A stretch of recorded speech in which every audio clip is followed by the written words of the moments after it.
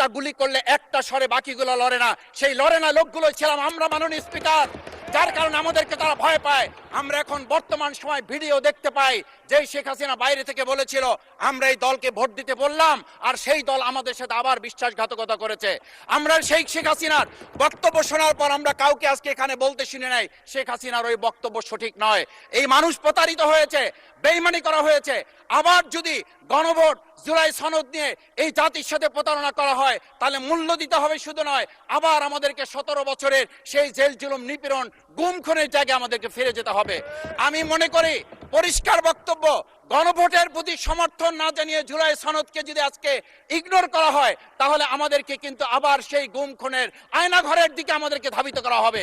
আমি মনে করি গণভোটের বিরোধিতা করার অর্থ হচ্ছে আমরা আয়নাঘরকে সমর্থন করতে চাই।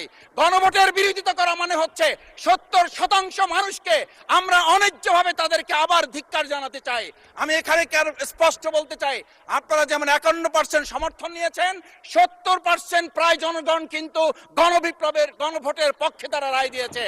আপনাদের চেয়ে সেই 51%-এর তুলনায় সেই 70% প্রায় গণভোটকে যদি আপনারা ইগনোর করেন তাহলে আমি বলবো আমার বাউফল, আমার পটুয়াখালী শুধু নয় গোটা বাংলাদেশ আবার জেগে উঠে এই গণভোটকে তারা কার্যকর করতে।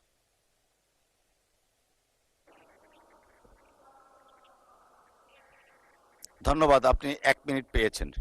স্পিকার, আমি পরিষ্কার এইটার কথাটা এই জন্য বলছি, আজকে সংবিধানের লাইন ধরে ধরে যদি আমাদেরকে এই কথা জানতে হতো তাহলে আমাদের নেতৃবৃন্দকে ফাঁসির মঞ্চে যেতে হতো না। আমার মতো ছোট মানুষের কাছে সে সময় ডিজিএফআইয়ের কাছে প্রস্তাব এসেছিল, আপনারা কি চান, মন্ত্রিত্ব চান, দেশ পরিচালনা চান, সবকিছু দেওয়া হবে, শুধু শেখ হাসিনার নীতিতে আপনারা আসেন। সেই নীতি তো ছিল 72-এর সংবিধান, সেই নীতি নিয়ে আজকে কেন এখানে এত কথা বলা হচ্ছে? আমরা পরিষ্কার জানি, আমরা যদি সেই 72-এর সংবিধানকে ভালোবাসি তাহলে এখানকার নেতৃবৃন্দ এবং মরহুমা বেগম খালেদা জিয়া নিজে বলেছিল আমরা সুযোগ পেলে এই সংবিধানকে আমরা ছুঁড়ে ফেলে দেব।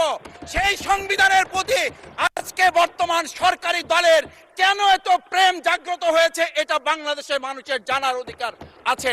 আমি আমার প্রিয় বাউফলের মানুষের প্রতি ভালোবাসা শ্রদ্ধা জানাই